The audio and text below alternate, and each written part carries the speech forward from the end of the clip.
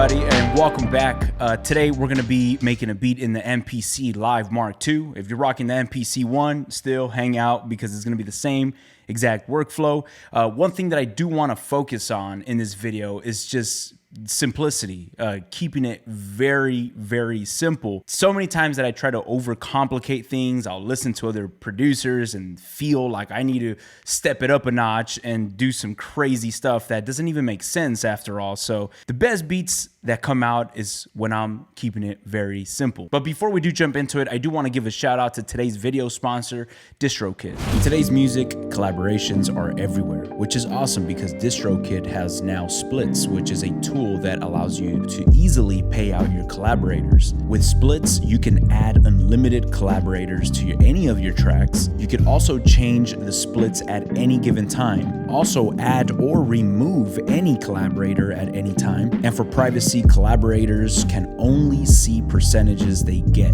They cannot see who your other collaborators are or what percentage they are getting. All your collaborators need to do is create a DistroKid account, which they do get a 50% off. And as always, DistroKid will never take a cut.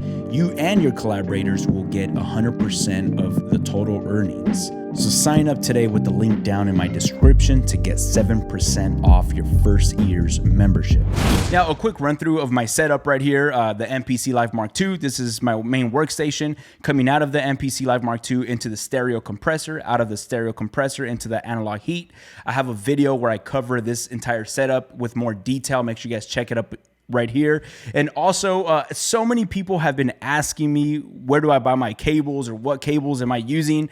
I have these colored cables. Go down to the links in my description of the video. I have links to this whole entire setup. So if you guys are interested in purchasing anything that you see right here, use the links that I have. They do help out the channel. So just a quick reminder. So right here we have a blank session, and there's actually this record that I was listening to is by Isaac Hayes, and it's so simple. There's not a lot going on, and as we want to focus on simplicity, this really makes sense to sample for this video.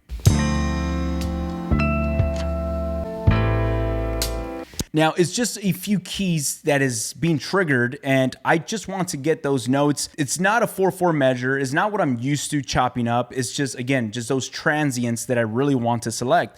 I'm actually going to grab that intro selection and just discard everything to the left and the right. And the way I like to chop up samples is I kind of adjust my start and end point as I'm going sample by sample. And the one thing, if you guys have not use this feature on the MPC, make sure you guys do so, is very helpful.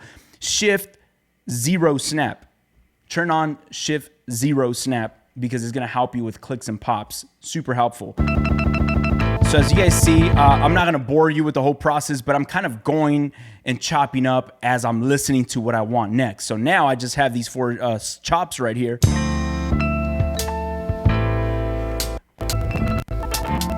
I'm gonna go ahead and shift, convert, hit do it, and now we have that in our session.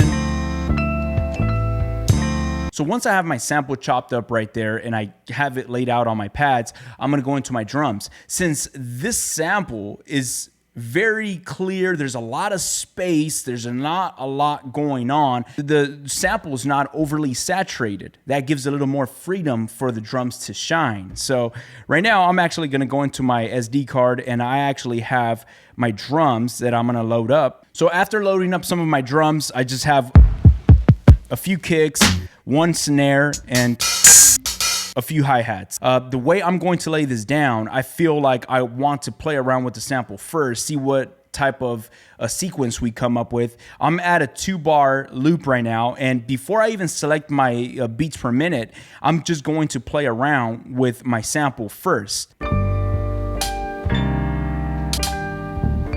going to use this tap tempo, and I'm going to follow along with my rhythm that I'm performing.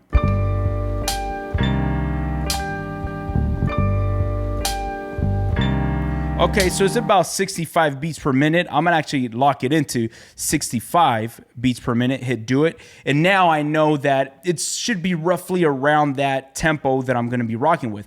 I'm not gonna pitch this down or up. Again, the reason why I'm not pitching up or down is because it's so isolated. It gives me a lot of space to play around with these keys and do whatever I want. So that's pretty cool.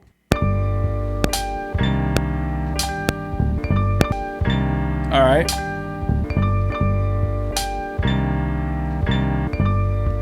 Now, right now, it still sounds really simple. I'm actually going to hop over to my drums. Now, with the drums for me, and I've said this before on my channel, is not my strong point. I'm not that, finger drummer that's very impressive. Right now, I'm not going to try to put like 20 ghost kicks and crazy snares. I do sometimes, but today, I'm going to just lay it down with simplicity. The way I'm going to do these drums, I'm going to make sure my quantize is turned on, and I'm just going to lay down a kick on every down beat.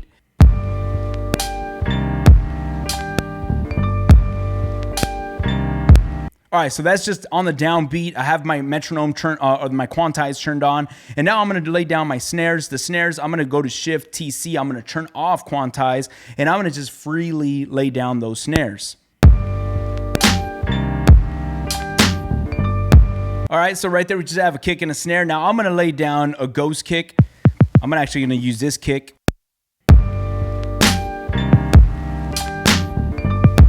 All right, cool. So again, it's really simple. It might sound a little weird right now at first, but I wanna keep it like that. Right now, I'm gonna come into these hi-hats. I'm gonna use this hat, and on this hi-hat, I'm gonna turn on 16 level velocity.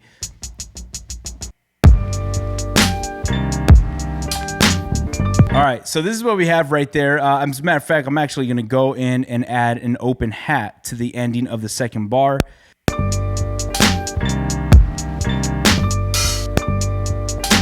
So that's it. My drums, I'm going to keep them just like that. Just a kick on the downbeat, a snare, and a hi-hat, and one open hat. Like right now, I'm already itching to jump into the bass. If I'm like getting that urge to jump into the bass line already, I'm going to listen to that. And let's just say the drums are not fully finished, but they could use a little bit more help.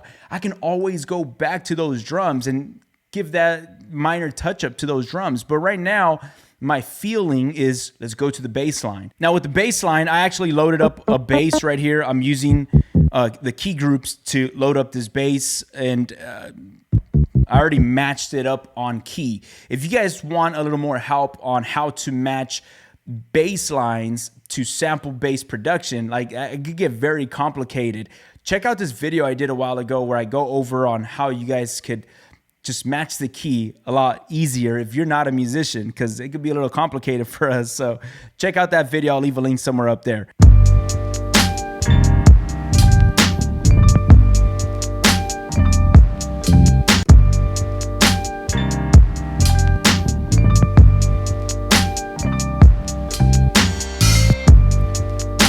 So right here we have drums, bass, and sample. I'm locking this in right here. My way of making beats right now has just been make my beat, produce my beat, give a rough mix, just level adjustments, and then turn on this outboard gear. This is kind of working as my mastering chain. I'm gonna engage this compressor. This compressor is honestly, it sounds so good. It's a stereo compressor. You will be able to slam this compressor and it still sounds good. People are like, yo man, you're crushing your mix so hard. Like that's too much compression. It feels right to me. And if I like how it sounds, I don't care about numbers. If I like how it sounds, I'm gonna stick to it. I'm gonna rock with that. So let's go ahead and turn this on and see what we get right here.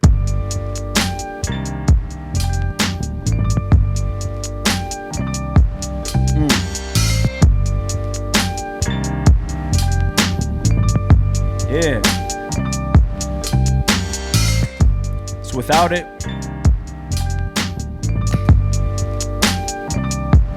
so right here now I'm kind of adjusting my compression. I love how that sounds with like a slow attack, medium to fast release, and I'm slamming this compressor. As you can see,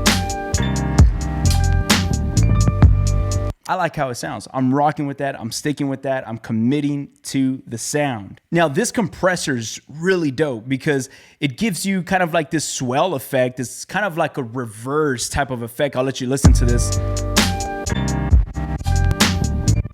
Yeah, like it just kind of gives you like an extra effect. And then it has this drive setting right here that just kind of allows you to add some distortion to your mix.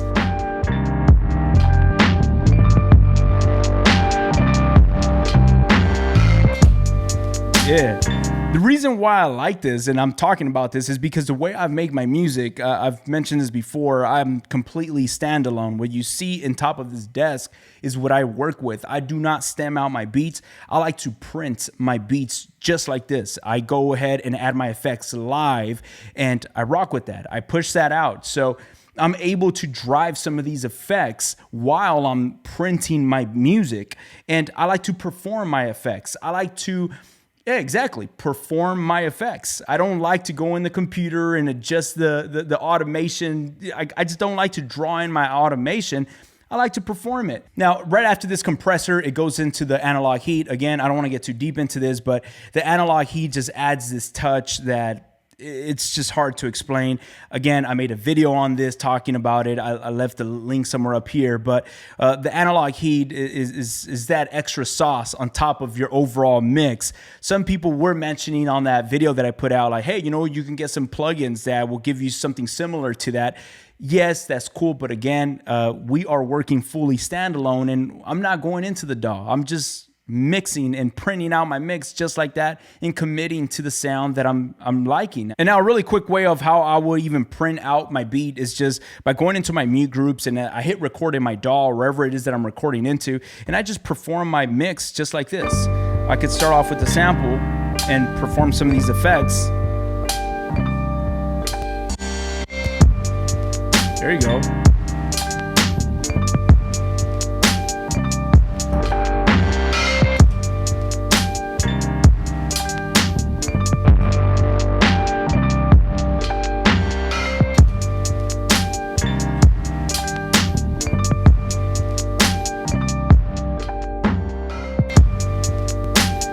Yeah. All right. So that's super cool. I'm having fun right now. And again, at the end of this whole video, one thing I want you to take away from this video is have fun, have a great time. Question yourself, why are you making music? Why are you sampling music? Why did you even purchase a sampler in the first place? To me, it was just to have fun, you know, and that's where I'm gonna keep my vibe, my flow, my workflow, something that makes sense to me, something that I connect with, just physically and also spiritually. I'm getting deep with it, but there's something that's very important for me. I want to keep that vibe going for me, and it helps me. You know, it's good for my soul. So I hope you enjoyed this video. Thank you for sticking around and hanging out with me. I will be leaving links down in the description to the gear that you see right here. So if you are interested, feel free to support the channel like that. Again, thank you so much. I'll catch y'all on the next video. Peace.